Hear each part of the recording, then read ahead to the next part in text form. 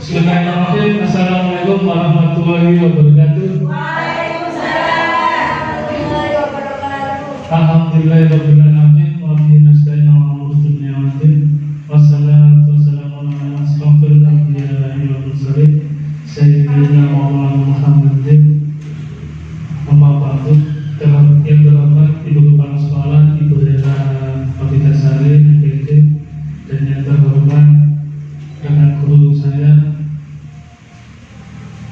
yang saya hormati.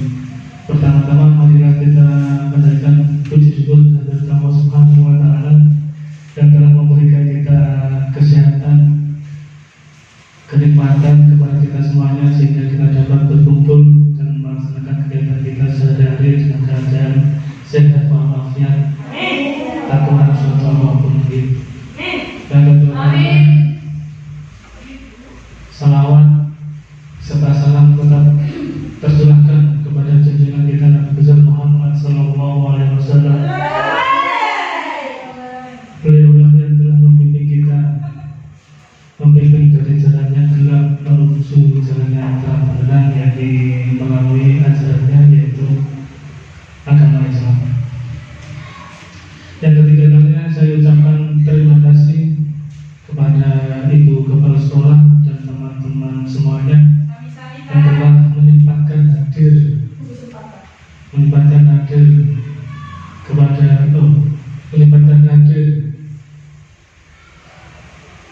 pada waktu ini dan pada acara kami atau acara saya, yaitu acara diseminasi atau penyebaran pemahaman tentang budaya positif.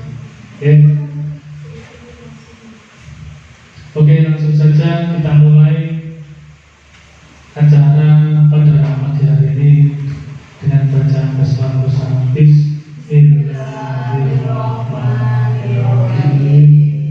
Sebelum kita menuju topik pembahasan, ada kesepakatan destinasi kali ini, yaitu yang pertama itu menghargai orang lain berbicara.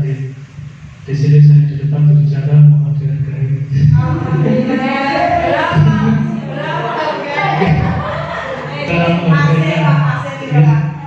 Cara menghargainya salah satunya yaitu tidak bermain HP sendiri atau tidak ngobrol sendiri.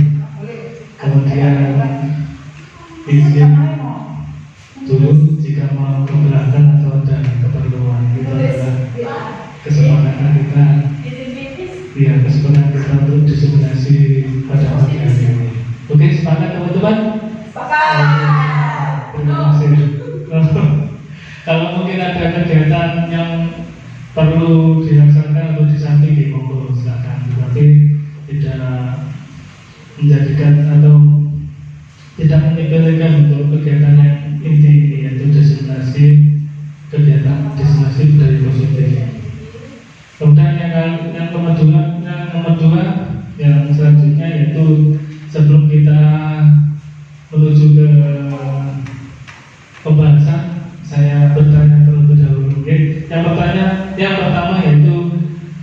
akhlak dahulu apa ilmu dahulu? Akhlak dahulu baru kemudian ilmu. Betul gitu? Ya, kita ya betul sekali ya dikatakan teman-teman, kita itu mengedepankan akhlak seperti hadis Rasulullah SAW, Inama busu lima betul. Terima kasih betul atas tulisnya. Bahwasanya saya akan Nabi Muhammad itu diturunkan ke bumi atau menjadi utusan Allah, yaitu hanyalah untuk menyembuhkan akhlak. Orang yang berilmu ilmunya sebenarnya tetapi tidak berakhlak itu sama dengan nol. Maka kita harus di sini sebagai badannya orang harus kita berakhlak terlebih dahulu. Kita juga di sini satu poinnya yaitu pada saat nanti kita terjun ke lapangan atau ke pembelajaran jadi kita harus mengedepankan atau memberikan nilai-nilai akhlak terlebih dahulu. Kemudian strategi apa yang selama ini Bapak Ibu lakukan dalam mendisiplinkan murid? Strategi apa? Kira-kira bagaimana? Berarti silakan. Strategi apa yang biasanya jenengan pakai, Bapak Ibu lakukan untuk mendisiplinkan murid itu bagaimana? Mungkin dari Dunoki bagaimana pengalamannya untuk mendisiplinkan murid? Melakukan kesepakatan kelas. Kemudian tindak lanjutnya yaitu pemberian sanksi ketika kesepakatan tersebut dilanggar. Itu saja. Terima kasih. Strateginya Dunoki yaitu yang pertama yaitu membuat kesepakatan kelas terlebih dahulu, kemudian baru setelah kesepakatan kelas dilakukan ada konsekuensi tersendiri atas mungkin anak-anak melanggarnya, ada konsekuensinya terlebih dahulu. Seperti itu, Bu. Oke. Mungkin ada tambahan dari Pak Jayadi Rahmat mungkin. Selaku dari guru kelas sekarang guru BCLK. Silakan guru BCLK. Terima kasih Pak Faisal. Yang pertama, saya ingin menirukan guru kelas, yaitu kesepakatan dalam pembelajaran. Kalau dulu tadi menyebutkan kesepakatan kelas yang ada di kelas, kalau saya kesepakatan yang ada di lapangan.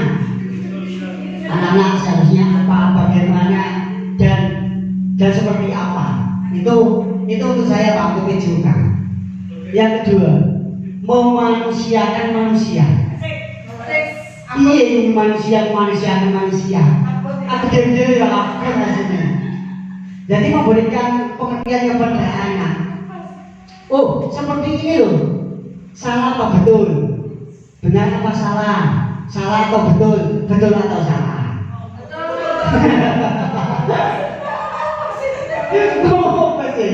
Jadi pada saat pembelajaran itu anak-anak itu sambil belajar mengamati kegiatan teman-temannya. Ini salah atau betul? Ini benar apa salah? Sebaiknya seperti apa?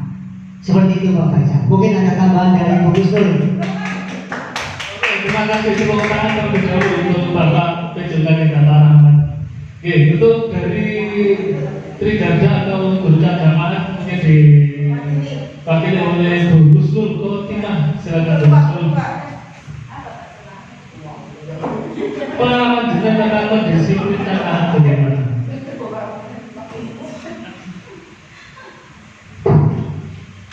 Dan terima kasih Bapak Faisal Rezaki. Bahwasanya di sini saya sebagai guru agama ya, untuk mendisiplinkan anak itu ya kita tentang pembiasaan dulu yang biasa setiap hari itu kan ada sholat duha. Bagaimana sholat duha itu kesepakatannya tetap tadi seperti kesepakatan kelas. Guru-guru saya kan guru agama 3 pilar itu biasanya gantian untuk belajar disiplin, mendisiplinkan anak-anak melalui sholat duha. Jadi bagaimana sholat duha bagi yang melanggar ya ada konsekuensinya sendiri sesuai dengan peraturan yang telah dibuat sebelumnya. Begitu Bapak, terima kasih. Terima kasih. Nah, untuk saya cukupkan dia juga untuk menjawab pertanyaannya pada pertanyaan pemantik ini yang dikatakan oleh Bapak Ibu Guru semuanya betul, yaitu kita membuat kesepakatan kelas terlebih dahulu. Kemudian untuk yang dari Pak Matadir memanusiakan manusia itu juga betul. Itu nanti ada di materi 5 kontrol dari pendidik atau guru, kemudian dari guru bersama untuk mendisiplinkan anak, yaitu kita membuat kesepakatan kelas terlebih dahulu. Oke, Bapak Ibu, kita lanjut ke materi selanjutnya, yaitu tentang konsep budaya positif. Nah, ini ya langsung saja ya. Yang pertama, konsep budaya positif yaitu perubahan paradigma belajar. Kemudian yang kedua yaitu disiplin positif. Kemudian yang ketiga, nilai-nilai kebajikan. Kemudian yang keempat yaitu kebutuhan dasar manusia. Kemudian yang kelima yaitu motivasi perilaku manusia. Kemudian posisi kontrol. Kemudian keyakinan kelas dan segitiga restitusi. Ya, masalah kedisiplinan ini nanti akan kita cakup dalam pembahasan yang bertema budaya positif. Oke, Bapak Ibu semuanya. Nah, bagaimana cara untuk mendisiplinkan anak agar tidak menyakiti? Bagaimana cara mendisiplinkan anak atau menumbuhkan motivasi intrinsiknya? Oke, pada dasarnya akhlak itu karena pergerakan hati nurani. Hati nurani atau motivasi intrinsiknya sudah tercapai, akhirnya apa? Akhirnya menjadi akhlak yang baik, yang dicerminkan oleh anak-anak menjadi cerminan yang baik. Oke, seperti itu. Yang pertama kita diskusikan adalah perubahan paradigma belajar. Nah, kita di sini di era kurikulum merdeka, oke? Di era kurikulum merdeka ini sudah menggunakan paradigma baru, yaitu pembelajaran dengan paradigma baru merupakan pembelajaran yang dirancang berdasarkan prinsip pembelajaran berdiferensi, oke? Sehingga para peserta didik belajar sesuai kebutuhannya berdasarkan tahap perkembangan sesuai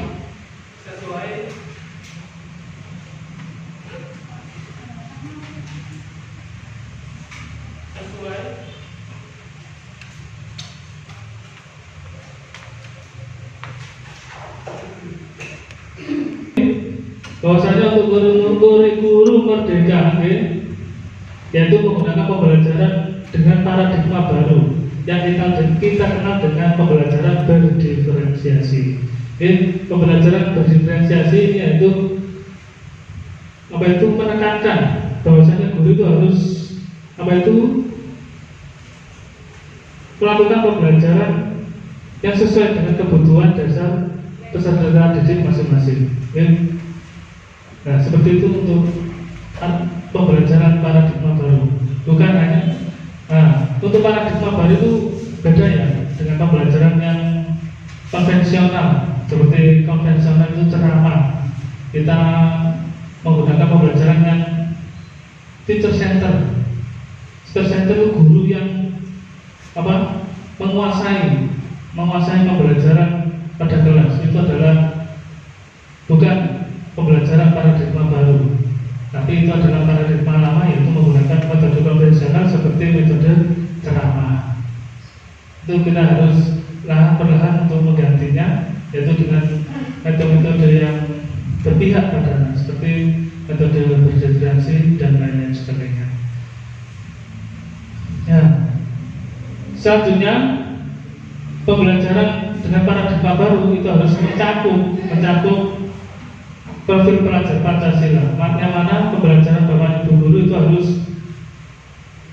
menyinggung nilai-nilai yang ada di profil Pancasila yang ada di sini, yaitu yang pertama itu beriman kepada Tuhan Yang Maha Esa dan bertakwa dan berakhlak mulia.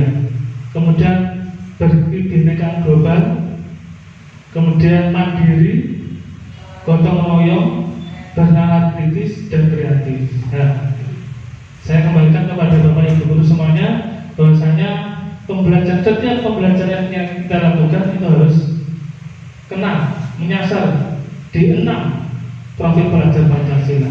Kalau nggak 1 ya 2 nggak apa-apa. Pokoknya harus menyasar profil pelajar Pancasila yang ada atau yang ditetapkan oleh pemerintah seperti ini. Ya? Itu untuk pembelajaran paradigma baru. Nah, kemudian pembelajaran paradigma baru itu mengubah paradigma, yaitu yang pertama stimulus respon menjadi teori kontrol. Stimulus respon yang pertama agak buram ya ini. Nah, realitasnya kebutuhan itu kita sama, itu stimulus respon. Kita harus beralih kepada realitanya bahwa kita itu berbeda-beda. Oke. Kemudian semua orang melihat hal yang sama. Nah, kita harus beralih, setiap orang memiliki gambaran yang berbeda-beda. Kemudian kita mencoba mengubah orang agar berpandangan sama dengan kita, dan boleh ya, seperti itu. Nah, yang boleh apa? Kita harus memahami pandangan orang lain itu tentang dunia. Oke? Kita harus menghargai. Tidak harus sama. Kemudian perilaku buruk dilihat perilaku buruk dilihat sebagai suatu kesalahan. Bukan seperti itu. Yang betul semua perilaku memiliki tujuan. Kemudian orang lain bisa mengontrol saya. Yang betul hanya Anda yang bisa mengontrol diri Anda. Nah, saya bisa mengontrol orang lain. Teori kontrolnya yaitu Anda tidak bisa mengontrol orang lain. Nah, pemaksaan ada pada saat bujukan gagal yang harus kita ubah menjadi kolaborasi dan konsensus menciptakan pilihan-pilihan baru. Kemudian model berpikir menang atau kalah harus berganti menjadi model berpikir menang-menang. Nah, ini adalah yang mana paradigma lama yang kita pahami harus berganti menjadi paradigma baru atau stimulus respon menjadi teori kontrol. Kemudian yang nomor 2, disiplin positif. Tadi mohon maaf ya, sudah aman ya tentang paradigma baru, belajar dengan paradigma baru. Aman ya? Oke. Ya. Kemudian kalau aman kita lanjut dengan disiplin positif. Ya. Kata-kata disiplin, apa sih disiplin itu? Ya. Disiplin artinya apa? Artinya belajar, berasal dari kata disiplina. Disiplin mengacu pada disiplin diri yang memiliki tanggung jawab terhadap apa yang dilakukan berdasarkan nilai-nilai keyakinan. Berarti disiplin itu adalah pengikat diri kita, untuk melakukan suatu hal yang terbaik. Berarti kalau orang yang tidak disiplin, berarti dia itu sedang kacau. Mungkin dari kegiatannya yang tidak sempurna, akhirnya membuat mereka menjadi tidak disiplin. Selanjutnya, disiplin positif merupakan salah satu cara penerapan disiplin yang bertujuan untuk menumbuhkan kesadaran serta memberdayakan peserta didik tanpa diberikan penghargaan lewat ancaman atau hukuman. Nah, disiplin positif itu adalah bertujuan untuk menumbuhkan kesadaran, menumbuhkan motivasi intrinsik mereka. Nah, mereka itu berlaku disiplin seharusnya tidak untuk mendapat ancaman atau penghargaan atau hukuman, melainkan mereka itu harus timbul dari dirinya sendiri atau motivasi intrinsiknya sendiri yang muncul. Nah, itu adalah disiplin positif. Kalau disiplinnya masih tergantung karena takut dengan hukuman, kemudian takut dengan ancaman, atau ingin mendapatkan penghargaan, itu adalah disiplin yang kurang baik, atau yang dimaksud dengan disiplin atas dasar motivasi eksternal. Nah, yang kita dapatkan atau yang kita inginkan pada pembahasan kali ini yang nantinya yang bisa diimplementasikan ke teman-teman ke kelas-kelas, yaitu menciptakan disiplin positif atau menciptakan disiplin yang berasal dari motivasi intrinsik dari semua peserta didik. Jadi adalah disiplin positif. Kemudian sebagai pendidik, tujuan kita adalah menciptakan peserta didik yang memiliki disiplin diri, sehingga mereka berperilaku mengacu pada nilai-nilai kebajikan universal dan memiliki motivasi intrinsik dalam perubahan perilaku ke arah yang lebih baik. Ya, berdasarkan nilai kebajikan yang mereka dapatkan, yang mereka ketahui, ya, kemudian timbul motivasi intrinsik ke arah yang lebih baik. Itu adalah disiplin positif. Selanjutnya, nilai-nilai kebajikan. Nilai-nilai kebajikan yaitu seperti yang kita ketahui, yang pertama profil pelajar Pancasila. Nilai kebajikannya yaitu beriman dan bertakwa kepada Tuhan Yang Maha Esa, sampai benar kritis. Kemudian ada yang berasal dari IBO Primary Years Program, yaitu nilai kebajikan yang toleransi, rasa hormat, integritas, mandiri, menghargai, antusias, kreativitas, kerjasama, percaya diri, dan komitmen. Dan ketiga, nilai kebajikan dari keterampilan individu atau life skill, dapat dipercaya, lurus hati, pendengar yang aktif, tidak mendengarkan orang lain, dan memberikan yang terbaik dari diri. Ya, nilai-nilai kebajikan ini bersifat universal, yang kebenarnya itu sudah diakui oleh dunia. Ya, itu adalah nilai-nilai kebajikan universal. Kemudian selanjutnya yaitu tentang kebutuhan dasar manusia. Sebelum menginjak ke kebutuhan dasar manusia, mungkin ada sanggahan untuk disiplin positif atau bagaimana, aman apa tidak, apa disiplin positif. Nah, kemudian selanjutnya itu kebutuhan dasar manusia. Nah, orang melaksanakan kegiatan seperti ini, saya melakukan diseminasi, bunovi, garap rapor, bukusnul, main HP, itu berdasarkan kebutuhan dasar manusia, gitu. Ada kebutuhan dasar manusia. Nah, apa saja sih yang kebutuhan dasar manusia sehingga orang mau melakukan sesuatu itu? Ya, kebutuhan dasar manusia yaitu yang pertama, makanan, pakaian. Yang pertama yaitu kebutuhan manusia untuk bertahan hidup, seperti sampai makan, minum, tempat tinggal, keamanan, kesehatan. Itu adalah untuk bertahan hidup. Ya, sampai jadi semuanya kita kerja di sini itu kebutuhan apa? Kebutuhan hidup. Ya, kita melakukan itu atas dasar kebutuhan hidup. Karena melakukan seperti melanggar peraturan itu biasanya ada kebutuhan hidup yang tidak tercapai, seperti kelas 2 itu, seperti kelas 2 sama yang paling oke itu. Ajar Pandi. Oh tidak, Pandi itu ya kita tidak boleh menjudge mereka dengan kata-kata nakal. Kita itu baik, cuma ada kebutuhan yang belum tersampaikan di situ. Nah, berarti itu mungkin kebutuhan dari kesenangan atau kebebasan yang belum didapatkan. Iya, kasih saya juga boleh ya. Nah, dari situ guru bisa mengempet atau menahan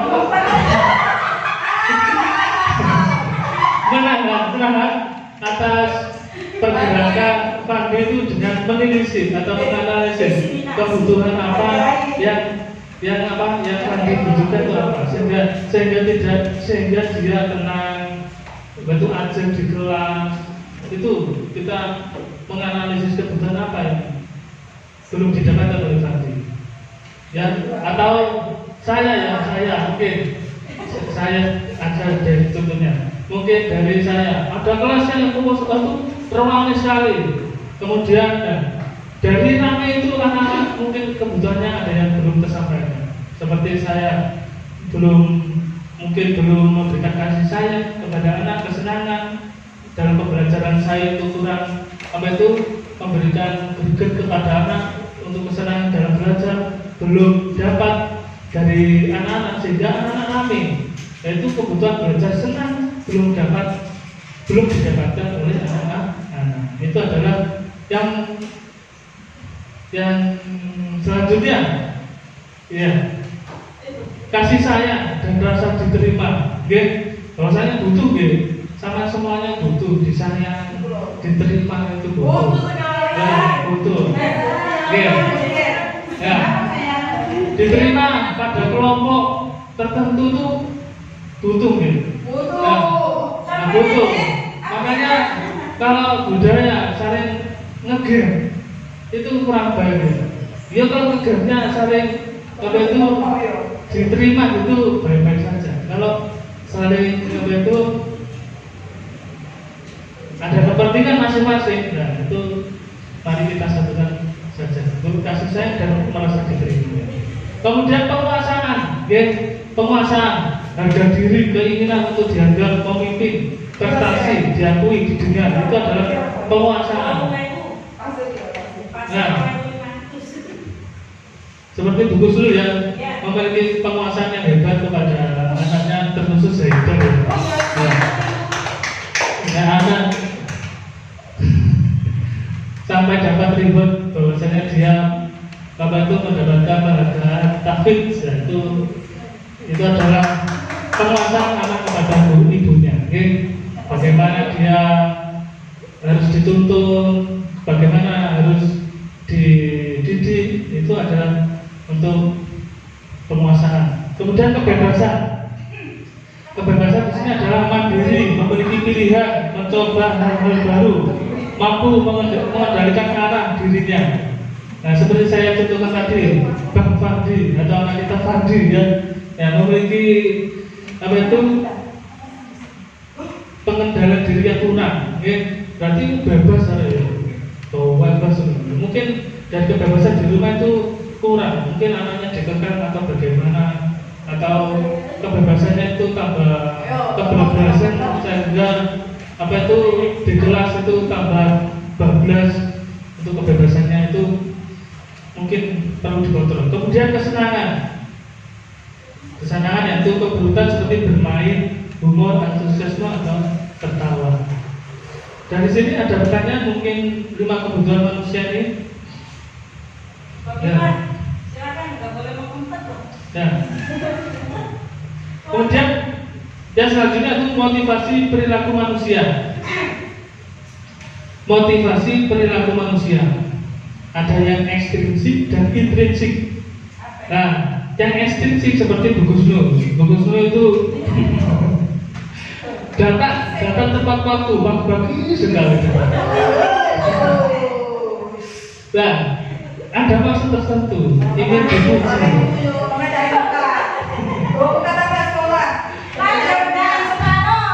ingin dapat penghargaan dari ibu kepala sekolah.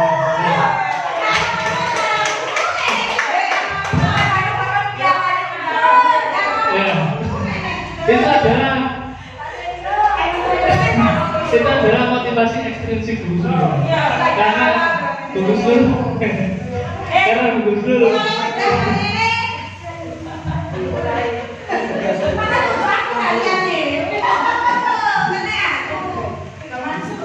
sehingga buku Sulu itu mengedepankan mengedepankan penghargaan, ya. Berarti buku Sulu motivasi ekstrinsiknya yang dapat, ya. Kemudian contoh lagi, Bu Novi contohnya. Bu Novi suka dekat saja bersama Bu Hera. Contoh ya.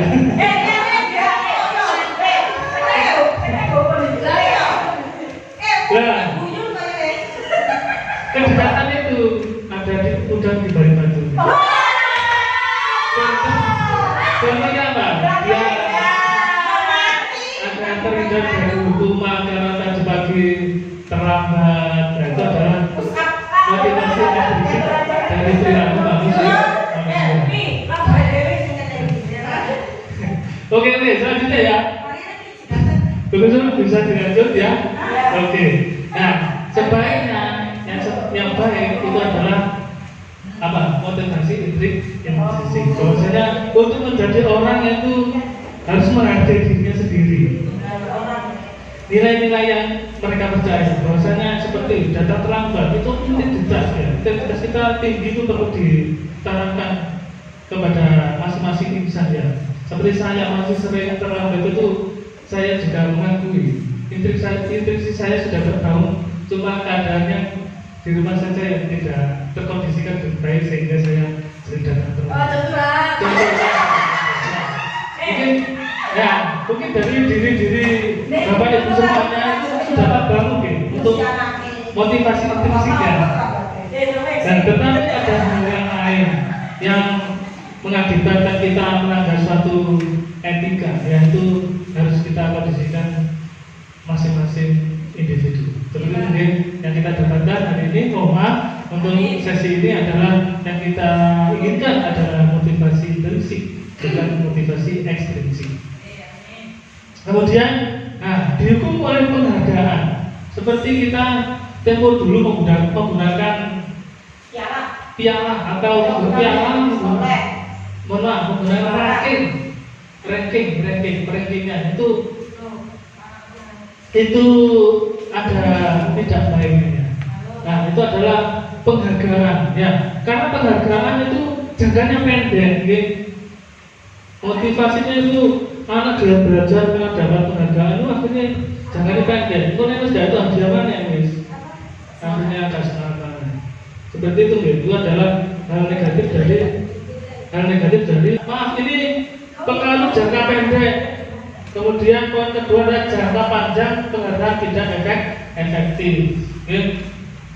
Kemudian penghargaan merusak hubungan antara si A mendapat penghargaan yang baik dari gurunya dan si B tidak mendapat penghargaan, itu akhirnya berselisih dan terkesan memunculkan gap-gap baru, kelompok-kelompok baru, kelompok pelajar kreatif, kelompok pelajar pintar, kelompok pelajar yang tidak baik, itu akhirnya tercipta di situ karena atas dasar penghargaan yang dilakukan oleh guru. Kemudian mengurangi ketepatan, menurunkan kualitas, mengurangi ketepatan dan menurunkan kualitas. Ya, karena apa? Akhirnya kualitasnya rendah karena diantar itu naik penghargaan kok, ya, hadiah dari gurunya, sehingga kualitasnya menurun. Mematikan kreativitas, penghargaan dan menghukum motivasi dari dalam diri. Menghukum motivasi dari dalam diri. Ya, motivasinya tidak terbentuk, malah mati, ya, karena adanya penghargaan. Nah, kemudian di sini ada hukuman, konsekuensi dan restitusi. Ini seringkali yang dilakukan oleh Bapak Ibu guru apa? Hukuman, konsekuensi atau restitusi. Bagaimana? Hukuman adalah ya yang kita sadari ya, atau saya sendiri sering menghukum, masih sering menghukum.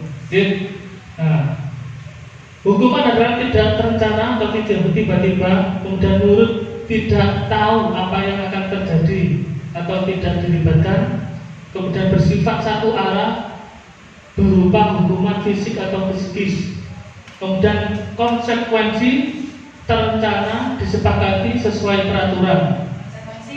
Murid tetap dibuat tidak nyaman. Kemudian sikap guru selalu memonitor murid. Nah, kemudian restitusi yaitu proses menciptakan kondisi bagi murid untuk memperbaiki kesalahan. Kemudian proses kolaborasi yang mengajarkan murid untuk mencari solusi secara mandiri. Kita realitas saja ya. Yang kita sering lakukan adalah hukuman, menghukum anak. Konsekuensi juga kita sudah sedikit melakukannya dengan adanya keyakinan yang kita sudah buat konsekuensinya apa ya. Tapi yang paling baik yaitu menggunakan restitusi, Bapak Ibu. Restitusi bagaimana? Restitusi itu mengajak ngobrol, coaching kepada peserta didik kita. Masalahnya apa? Solusinya apa? Kemudian alasannya apa kok melakukan itu? Kita gali, ya, informasi-informasi yang menyebabkan anak itu melakukan kesalahan itu apa.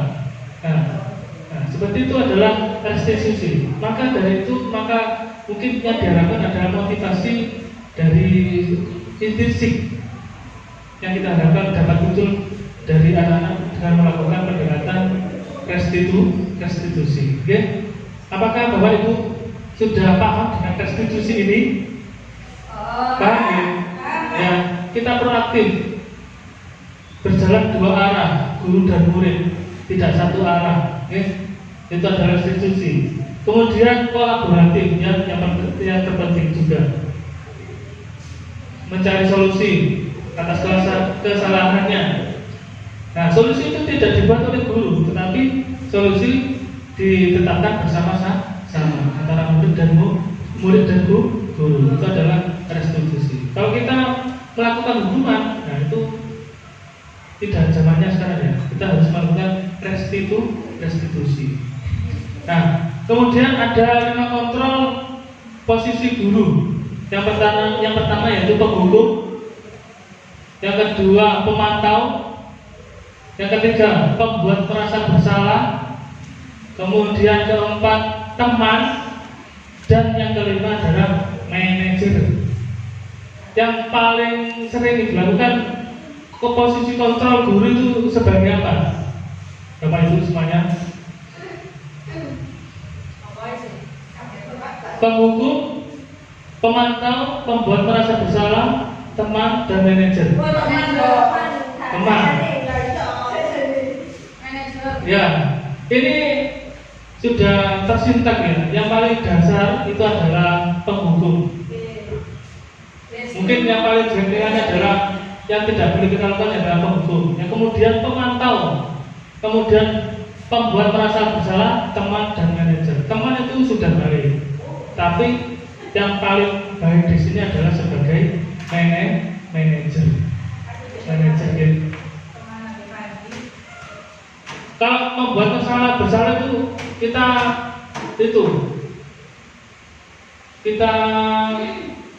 ngelono bahasa Indonesia apa? Ya, mengejas anak sehingga diri anak itu akhirnya merasa bahagia, memang macam bukan atau lemah, bermasalah. Itu akhirnya apa? Dia tertekan. Bisa jadi nanti besok itu tidak masuk sekolah. Karena apa? Karena takut. Ya. Nah, kalau manajer itu dari sana bangkit, ya. Mencari solusi bersama, akhirnya bangkit. Seperti itu, yaitu manajer. Contoh penerapan 5 posisi kontrol guru. Kasus A, siswa tidak memakai atribut lengkap saat upacara bendera. Ya. Nah, hukumannya apa? Hormat pada bendera selama 1 jam. Ya. Berbasis fisik. Kalau hukuman itu berbasis fisik, hukumannya ya Bu Sul ya. Kalau hukuman ini berbasis fisik, kita melakukan solusi dengan menggunakan fisik, hukum arah. Ya, nanti ini sekarang belum terpapar ya, kemudian pembuat merasa bersalah. Berkali-kali Bapak Guru memperingatkan kamu selalu saja membuat Bapak Guru kecewa. Nah, akhirnya peserta didiknya itu merasa bersalah. Kemudian yang ketiga ya, ayo ikut aturan sekolah. Nah, kita merangkul. Itu adalah kayak kita sama teman, ya. Itu adalah kontrol guru sebagai teman. Kemudian pemantau, kamu sudah melanggar aturan, kamu tahu konsekuensinya, ya. setelah upacara kamu beli atribut dipasang dan jangan diulang lagi. Itu guru memantau dan memberikan konsekuensinya. Kemudian yang paling baik adalah manajer. Apa kamu tahu kesalahanmu? Kira-kira bagaimana kamu memperbaiki kesalahanmu? Nah itu. Peserta didik diajak dialog, ya, proaktif dengan peserta didik. Akhirnya apa? Solusi anak itu kembali ke kelompoknya dengan keadaan baik, lebih baik. Ya.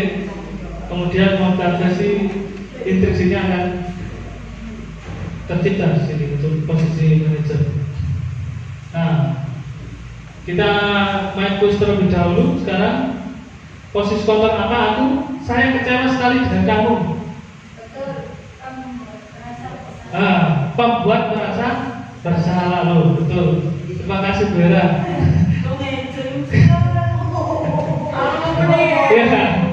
Ya. Coba teman-teman ya, kita lihat dulu ini. Ya, kemudian posisi kontrol yang kedua yaitu kamu tidak pernah benar melakukannya. Itu kontrol teman penghukum atau merasa bersalah atau apa? Ayo, kita tidak pernah melakukan. Kamu tidak pernah benar melakukannya. Hukum itu hukuman. Dari ada yang merasa bersalah. Dijas itu. Penghukum. Iya, penghukum. Ya, betul. Tepuk tangan dong. Oke, betul. Terima kasih. Jangan diangkat aja. Oke, kemudian apa rencanamu untuk menyelesaikan masalah ini? Ayo, apa ini? Posisi apa? Teman dulu. Apa benar? Oke. Betul. Terima kasih betul. Mungkin betul memperhatikan saya dulu. Kemudian, ayo lakukan demi bapak, ibu ya. Nah, itu. Oke, betul. Betul.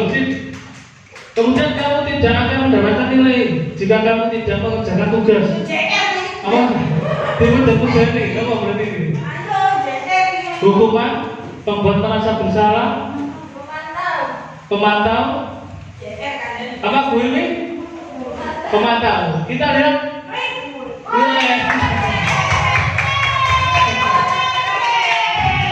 Istilah sekali begini. Terima kasih begini. Pemantau lah. Ya, mohon ya, bentar. Dari sini, ya, kita mantapkan lagi bahwasanya yang paling bahagia itu untuk menjadi manajer, manajer peserta didik kita. Kemudian nomor 7 yaitu keyakinan kelas. Mengapa keyakinan kelas bukan peraturan kelas? Bagaimana? Yang bisa jawab? Angkat tangan. Bu Alfi. Silakan. Jadi karena kalau namanya peraturan kelas kan, kalau kita dengan kata peraturan kan identik dengan hanya satu guru yang membuat kan, berarti tidak melibatkan murid. Beda dengan keyakinan kelas. Nah, terus untuk membuat keyakinan kelas itu kita melibatkan murid biar tidak ada dusta di antara kita. Katanya Bu Novi butuh kesepakatan gitu ya. Terus juga kita butuh yang namanya hormat itu gimana sih gitu kan? Karena kan hormatnya anak kecil deh, orang dewasa kan beda juga. Gitu sih. Luar biasa sekali, buat ya, betul sekali. Mengapa harus keyakinan kelas? Karena keyakinan kelas kita lakukan atau kita debatkan, kita buat bersama anak-anak. Kalau peraturan kelas cenderung gurunya yang membuat, tidak dua arah, tetapi satu arah untuk peraturan kelas. Selanjutnya yaitu pembentukan keyakinan kelas. Nah ini cara-cara untuk membuat keyakinan kelas ya. Mungkin bisa diterapkan nanti pada waktu apa itu acara tahun baru. Pastinya di situ ada sesi untuk membuat keyakinan kelas. Yang pertama yaitu bersifat abstrak keyakinan kelas itu. Abstrak seperti nilai disiplin. Nah disiplin itu masih banyak sub-subnya. Bagaimana tidak boleh terlambat, tidak mengerjakan PR, itu adalah dari nilai disiplin, seperti itu, abstrak. Kemudian berupa pernyataan universal, Oke, monggo usul. Biar tidak menghambat. Berupa pernyataan universal, global, seperti nilai-nilai kebajikan yang global tadi, ya. Kemudian dibuat dalam pernyataan positif, lebih aman, Untuk membuat keyakinan kelas itu membuatnya dengan pernyataan positif, tidak boleh dilarang, boleh, harus menggunakan pernyataan yang positif. Kemudian sedikit saja agar mudah diingat, nggak boleh banyak-banyak.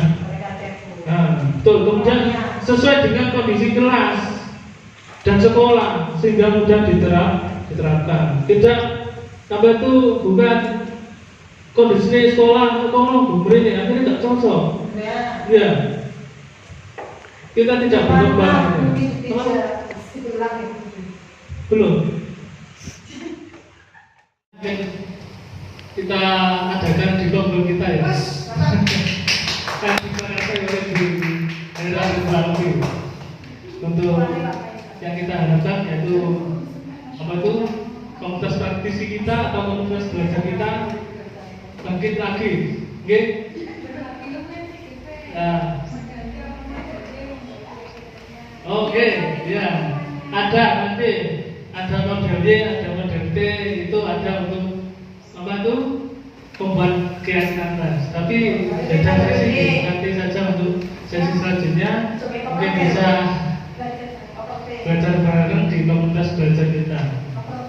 Nah, itu adalah cara membutuhkan apa? Membentuk tadi yaitu peraturan atau keyakinan kelas. Untuk yang terakhir yaitu segitiga restitusi. Apa sih segitiga restitusi itu? Segitiga restitusi itu yang mana mencari solusi bersama pada anak yang bermasalah. Kita tentunya di sekolah itu tidak baik-baik saja ya. Kita menghadapi 1000 karakter anak didik kita masing-masing di kelas kita. Ya, kita harus sama. Kita harus harus jeli untuk melakukan tindakan-tindakan. Nah, yang disarankan di sini tindakannya yaitu menggunakan segitiga restitusi. Ya, ini kalau yang belum kenal saya kenalkan ini namanya segitiga restitusi. Yaitu suatu proses dialog yang dijalankan oleh guru agar dapat menghasilkan murid yang mandiri dan tanggung jawab.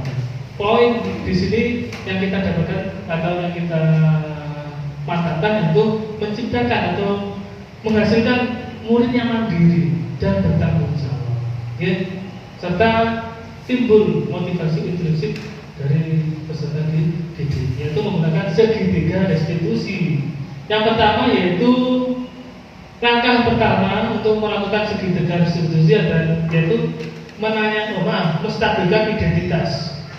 Dari identitas yang tadi bersama, kita perbaiki. Seperti kata-kata seperti ini, kalau identitas menstabilkan identitas, dengan menggunakan contoh kalimat seperti ini. Bapak, ibu guru juga sering melakukan kesalahan. Kemudian tidak ada manusia yang sempurna. Itu adalah kalimat-kalimat yang untuk menstabilkan identitas anak, agar anak yang tadinya bersalah kembali ke kelompoknya menjadi lebih kuat lagi. Seperti itu, mungkin, menstabilkan identitas itu anak-anak kan biasanya tidak tahu dia melakukan kesalahan atau kekeliruan. Ketika kita menstabilkan identitas, yang kita pertama lakukan itu adalah mempaluinya. Semua orang boleh melakukan kesalahan. Kamu tahu bahwa tindakanmu punya rasa salah. Jadi itu diarahkan awal dulu. Setelah tahu, baru ke langkah selanjutnya yaitu menanyakan keyakinan. Kalau di awal pembelajaran sudah punya keyakinan kelas, nanti akan dikirim ke sana untuk menemukan nilai-nilai dalam dirinya. Terima kasih Bu atas penguatannya. Betul yang dikatakan oleh Bu Hera kepala kasma kita, yaitu menstabilkan identitas, yaitu yang seperti yang dikatakan Bu Hera tadi ya. Tapi untuk langkah keduanya Bu Hera yaitu yang betul itu memvalidasi tindakan ya. Di sana diketahui atau di apa itu kesalahannya apa, alasannya apa, distabilkan kesalahannya, kemudian divalidasi tindakan bahwasannya perbuatan seperti mencontek atau berangkat lambat itu adalah tindakan yang kurang benar atau tidak benar. Maka kita harus bisa apa itu merubahnya. Dengan apa? Dengan menanyakan keyakinannya. Selanjutnya menanyakan dengan bagaimana keyakinan kamu di kelas. Apakah kamu melanggar keyakinan di kelas seperti itu? Iya Pak, biasanya Pak saya melanggar keyakinan kelas seperti saya tidak menerapkan disiplin di kelas karena saya sudah terlambat. Nah itu adalah untuk menanyakan pelatihan kelas yaitu pada langkah terakhir seperti itu. Yang saya ulang lagi untuk menggunakan atau untuk melakukan segitiga restitusi, yaitu yang pertama yaitu menstabilkan identitas, yang kemudian nomor dua validasi tindakan, kemudian yang ketiga yaitu menanyakan keyakinan kelas yang sudah dibuat.